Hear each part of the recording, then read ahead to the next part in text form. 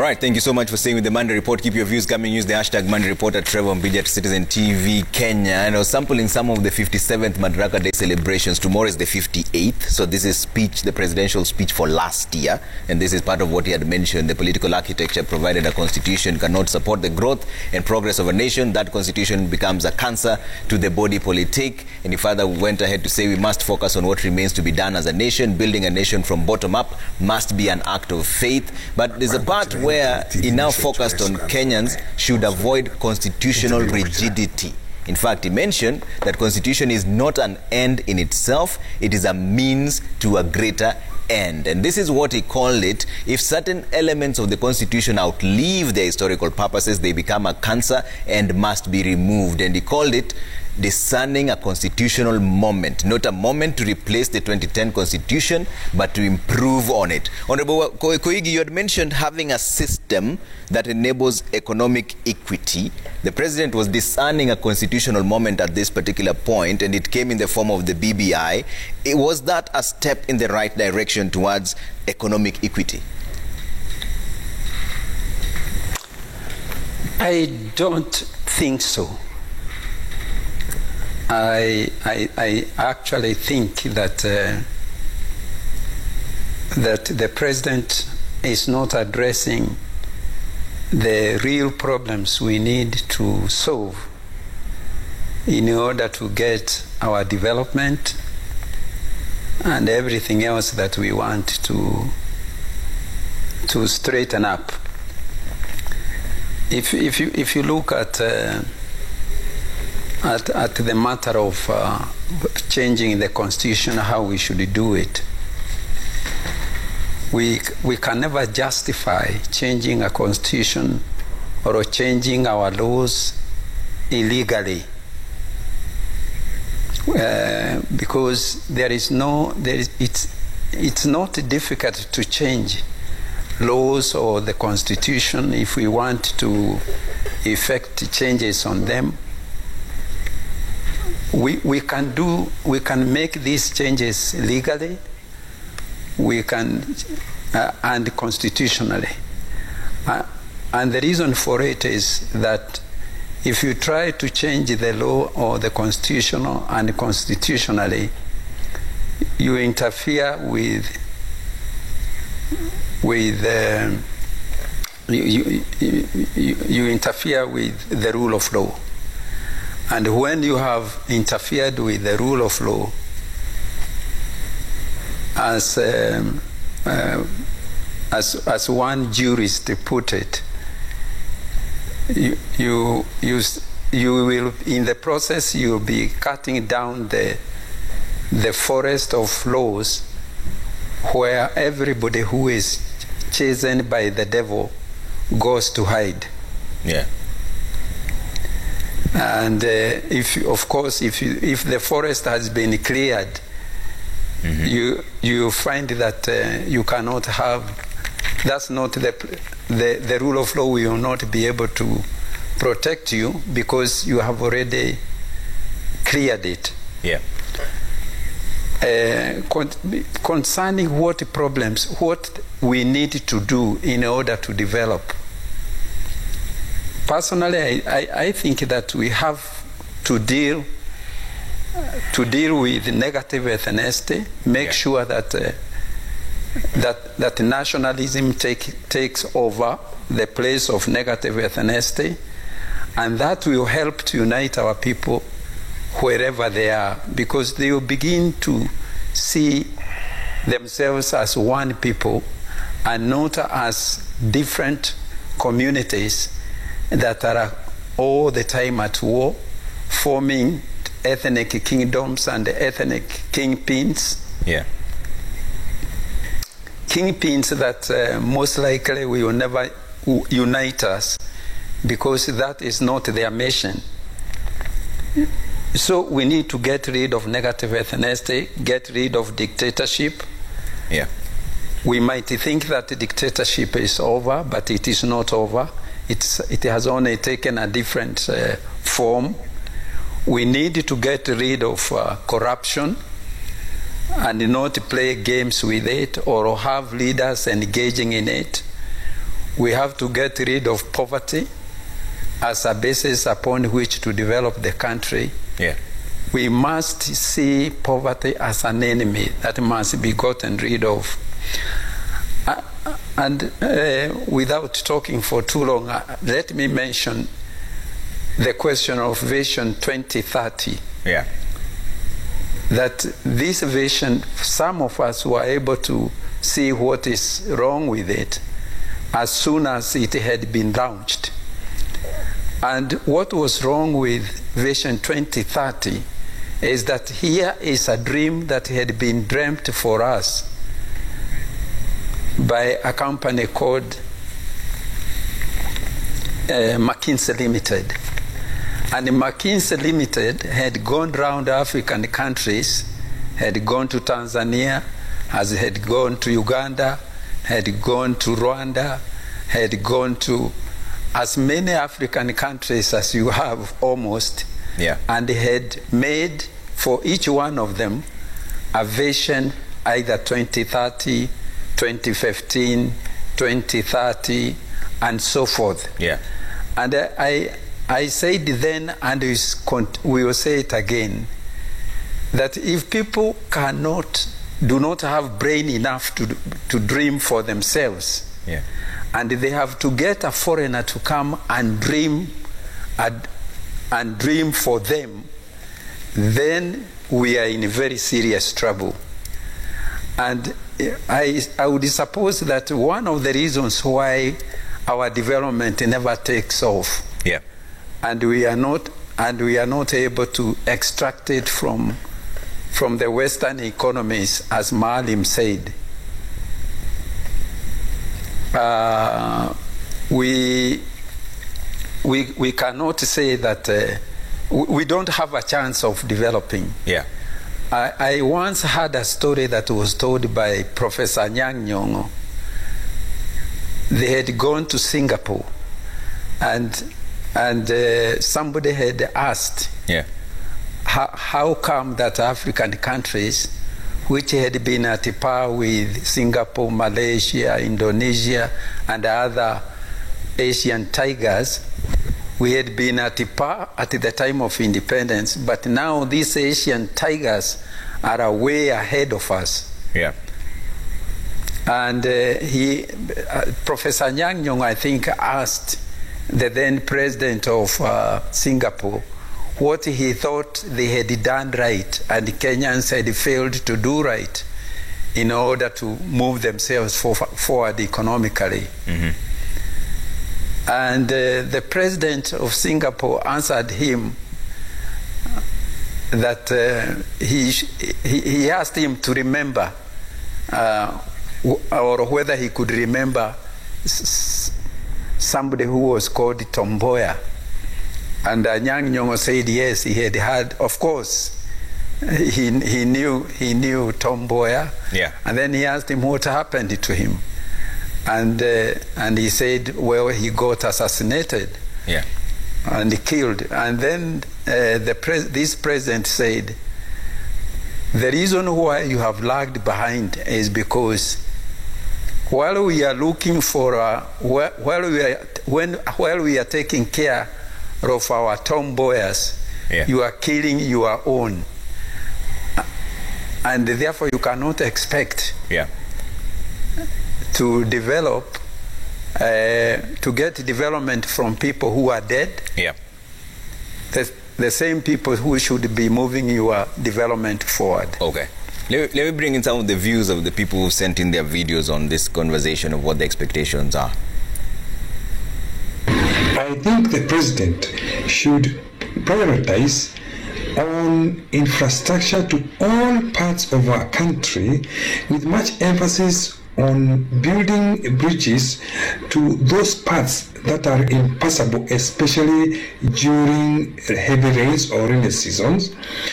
Also, deal with food security to all parts of our country and health to all parts of our country, not forgetting that we need a national health insurance fund applicable or usable in all our hospitals within the country unconditionally.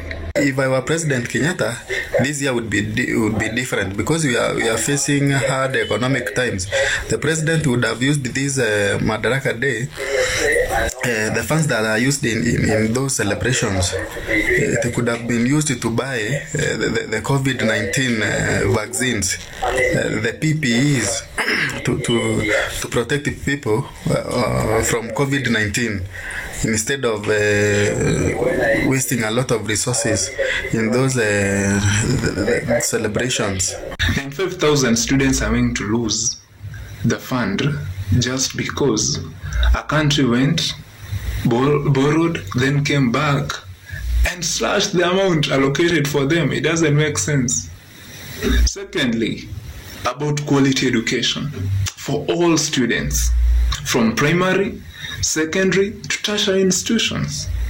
Number 3, job creation. It is funny for you to tell us to be employers while the president himself is an employee. Look and create for us jobs. Honorable Malim, how do we shock the system so that we stop what you're calling state capture and have equitable resources distributed regardless of which part you come from? How can we press the reset button, so to speak? Well, I think the reset button is, you need a constitutional revolution in this country. You need an ordinary person, a very ordinary person with the right idea to come out there and tell Kenyans, I'm going to come and change. This country has to change. We cannot continue like this. Look, when the first Madaraka was read, I was not in Standard 1. I started in Standard 1 year later. I've lived through all these things. We still have the same stories. We're still trying to build hopes of Kenyans. But at the same time, we are not working towards building those hopes. Yeah. You talk about infrastructure. That infrastructure is there. But at what cost? When you put in 50%, 70%, 80% commissions on those things. Yeah. An SGR costs the Tanzanians paltry sum. The Ethiopians a paltry sum. Much better quality than ours. Double rail. You can have a train going and a train coming back. Going through all those trains, all the way from Djibouti, where the port is, to Addis Ababa. And it costs about half of what it costs ours. The same thing also when you go to look at the kind of flyovers and the kind of transport infrastructure that has been put in only the last 5 years. And find out how much it's going to cost us, this one right now ourselves, which is coming all the way from the airport. And that's going to Wayaki Way. Yeah. It's costing us massive amounts of money. We are now borrowing every day. Every day we're borrowing. Yeah. Not to put in those infrastructures, but to service the outstanding loans. Yeah. We are in debt almost to the tune of 100 billion US dollars. We're not going to pay this only through our current generations. We'll be paying that thing for a number of generations to come. When Park Chung-hee, the general who was in charge of South Korea, was starting his dream, his journey towards the kind of economic takeoff and technological takeoff that today South Korea enjoys, he did not even have $1 million to facilitate the movement of his delegation from their own capital city, Seoul, to the number of capital cities that they wanted to go. He came through here and he borrowed 800,000 from Kenyatta. Yeah. Today they have a GDP of I think was it 1.8 or 2.4 trillion, and ours is still less than 100 billion. Trillion I'm talking about. So we have a nation of people in this country all the way from the top to the bottom. Yeah. And you think they have another country. This is just a place to come and make money and go and live somewhere else. So there's no patriotism in here. Yeah. And right now we're trying to expand on the government for the very simple reason We're trying to see that there is no opposition. You can accommodate the 5 big tribes, who will constitute 65% of the overall population. So you are guaranteed of that tranquility. You see what I mean? Yeah. And then look at the kind of people who are in business. You see, when you're a politician and you go into business, ideally your wealth should be put into some kind of a blind trust. You cannot be out there managing a national economy and the national affairs when you are competing in the market with the same people that you're supposed to manage their economic welfare. Yeah. So we have a problem. And then ethnicity is there to serve as a convenient tool for the political class. They don't care about their ethnic backgrounds, but it's very easy for the marshalling of the forces. Now, look at a country like Tanzania. You wonder why Tanzania is as tranquil and as united and as integrated as it is. Yeah. The first president was Zanaki. The Zanakis are less than 60,000. Nyerere. The second one was Mwinyi. Mwinyi is a Zanzibari. He has no tribe. He has no tribe. They call him Mswahili. And then the third one was Mkapa. Mkapa comes from, I don't know whether it's in Nyakyusa, or he comes from a community that's very small, almost in the Mozambique border. Yeah. Kikwete was a Mkwere. Mkwere is in Bagamoyo, about 30,000. You see what I mean? Yeah. So, and then Magufuli is not a Sukuma. His community lives among the Sukuma, but they're very small. So everybody is there by merit. Yeah. And the Tanzanian and the party works very well. And then look at them. They have got CCM because of the merger of Zanzibar and Tanzania into a country called Tanganyika into a country called Tanzania. Yeah. They've had CCM all this time. Okay. What do we have ourselves? When they had TANU, Tanzanian African National Union. We had KANU that time. And then, of course, Tanzanian African National Union merged with Afro-Shirazi Party. Yeah. The Afro-Shirazi Party was the one of the late Karume, Abed Karume. So when they came together, they created Chama Mapinduzi, the CCM. Now, CCM has been there from then up to now. Now we had KANU, we had God knows. How many times has KANU changed? Everybody. I mean, we've got like 60, 70 parties here. Yeah. So the parties do not have any ideological persuasion. They do not have an ideological base. Okay. These are just tools for politicians to seek access to power. Okay. So ethnicity, bad in our case. Yeah. You want to have a working system, look at Tanzania. Okay. Political parties, they do not stand for any ideological persuasion such that you know that this one stands for this one stands for no. It is a moving thing. Today is this, the next thing they change. So when you see somebody saying that nothing is cast in stone and we have to keep on changing, it is not. What in our constitution right now is a cancer that needs to be excised out, if I may ask you. What? Has anybody debated that? Have we said this is the panacea, this is the silver bullet? If we change this, the country is going to improve in this and this and this and this. And then you see the multiply effect in there and say, that is where our economy is going to go because this provision of the Constitution is what shackles us. No. These are convenient English catchwords, which you can pick up from all those, former American, British, whatever it is, when they were doing genuine jobs in terms of changing or amending their constitutions. Okay. And then you superimpose into this place so that you get what you want. Okay. Honorable Koigi, close this for us. How do we shock the system to achieve this system that enables it? I think we shall shock the system by putting in charge people whom you might want to call shockers of any system. If you look at the people like Thomas Sankara, when they came to power, or Fidel Castro, or Patrice Lumumba, these are people who inspired their respective countries. And people who are resisting change had to kill them in order to preserve their status quo. But I will say that if we really need to change the system, we must have a different system with which we shall change the system that we have. You cannot change a system without a substitute. And the substitute that I believe in is social democracy. it has worked better than our Nyerere's Ujamaa. Yeah. But I want to take my hat off Nyerere because he really did a great job, not just of socializing the Tanzanian society, Yeah. but also delivering independence to countries in the in Southern Africa. Yeah. He helped Museveni liberate Uganda, and so we cannot. We have to have these people Yeah.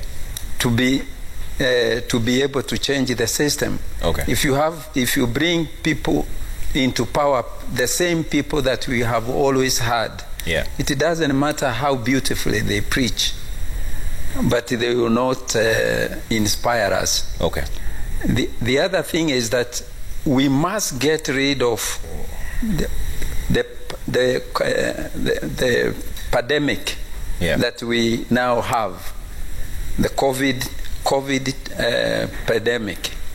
Because if we do not get rid of it, we cannot do anything else, because we shall not be alive to fight the status quo and change it with something different. We have to survive first. So we must give first priority to our fight against the COVID pandemic. All right. Okay. The other thing, just to wrap up, is to say we have got to get rid of corruption. Yeah. There is no way that we can have some kind of funny marriage with it and expect that we shall still be able to get rid of it. It's not possible. We must get rid of negative ethnicity or tribalism.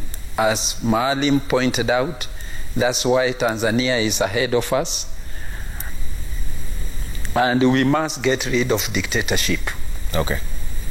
Because even revolutions are democratic, and it is difficult to give people dictatorship, leaders dictatorship, and expect that they will use that same dictatorship to bring about change.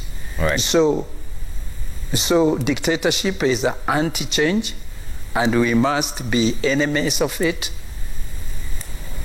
to be able to move forward. Right. But again, as Maalim said, we need a revolution.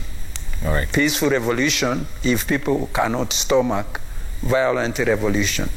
All right. Thank you, gentlemen. It's 11. I have to leave it. The Honorable Koigi Wamwere, human rights activist and former Sibukia member of parliament, and Honorable Farah Maalim, former deputy speaker of the National Assembly. Let's see what you're saying online as we wrap up this conversation. We're waiting for the 58th Madaraka Day celebrations happening in Kisumu at the Jomo Kenyatta International Stadium. We'll be giving you wall-to-wall coverage of that event from 9 a.m. all the way to 12:30. I'll be right here to take you through it. It's Kipleting says millions of Kenyans are living hopeless lives. No food, high unemployment, businesses have shut down, inflation and huge public debt. President should prioritize on economic recovery. All right, let's see what else you're saying here on Twitter. And this conversation still continues tomorrow as well. Okelo Mwalimu says the president should address the plight of sugarcane farmers, compensation to the families who lost their canes during post-election period, stalled government projects, revival of collapsed industries like Ikomi, and fish processing and value addition as well. All right, let's see what else you're saying here before we wrap up this conversation. Dennis Kangwana says the president should also tell Kenyans the steps being taken to ensure we get COVID-19 vaccines. Sadly, I foresee the event rotate around BBI and the appeal in court of appeal. All right. And what else are you saying here? Jacob Abere says, my advice is to prioritize on consumer goods pricing, freeze loan payments through executive order so SMEs to recover, and lastly, bringing political actors, civil societies, religious groups, then give conversations on peaceful 2022 elections. All right, see what else you're saying. We can squeeze in a few more before we wrap it up. Galgalo Bule says security is another pandemic which the government has failed to tackle. In Marsabit and in Isiolo counties, people are reportedly killed every day. It's the work of the government to give security to its citizens. We expect president to address the security issues. All right, and one last one here. What you're saying is Orutwa Sam says, Constitution does not prevent anybody from doing development, but people fail to develop the nation because of their selfish reasons. We can make million amendments, but it won't bring changes without credibility in Kenyans. All right. That's where we leave it for now. Thank you so much for tuning in to the Monday Report. My name is Trevor Mbija, and on behalf of the entire team that made this possible, stay with Citizen TV. We have you covered for the 58th Madaraka Fit. It's in about 1 hour from now, technically, because that's midnight. But we'll be covering it for you wall to wall tomorrow as soon as it begins. It's supposed to start at 10 a.m. At 9 a.m., we'll be right here. Good night for now.